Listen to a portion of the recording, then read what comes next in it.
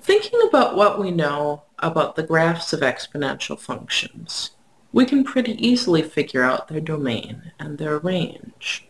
Remember, the graph of an exponential function looks like one of these four. So notice that most of the parameters here tell us things about where the graph is, or what direction it's pointed, or how big it is. They don't tell us about the domain and range. Domain is the easy part, right? All of these graphs go from the left end of the axis to the right end of the axis. No matter what number we have, we can plug it in as an exponent and get an answer. So the domain of an exponential expression is all real numbers. What about the range? Well, look at possibilities 1 and 2. If we took those and squished them into the y-axis, we would see that they hit all of the points above this line. They don't hit this line, and they don't hit any of the points below it.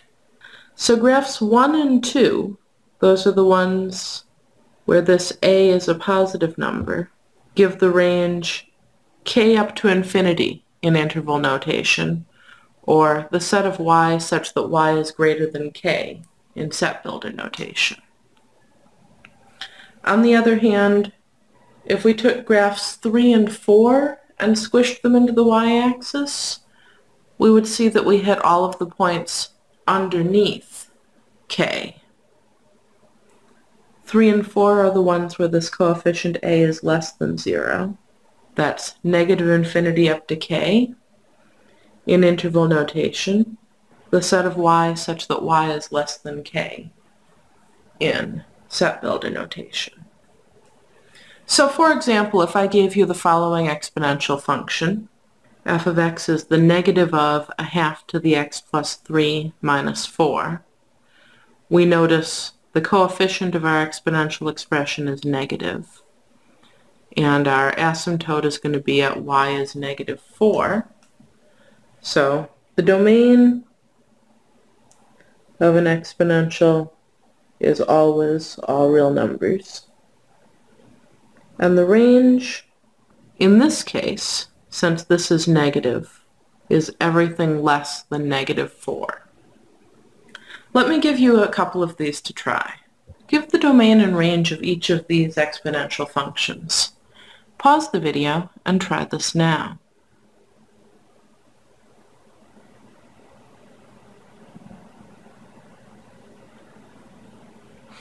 Okay, so for each exponential function, the domain is easy. No matter what, the domain of an exponential function is always all real numbers. To decide the range, well, one end is going to be at this number, negative 1. This expression is going to be always positive, so we're looking at only the numbers bigger than negative 1. So that's negative 1 up to infinity. As for h, again, we're interested in this number and just the sign of this number. This is a fifth, so one end will be at a fifth. These numbers, again, always positive.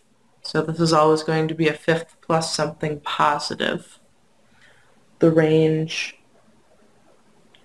is going to be from 1/5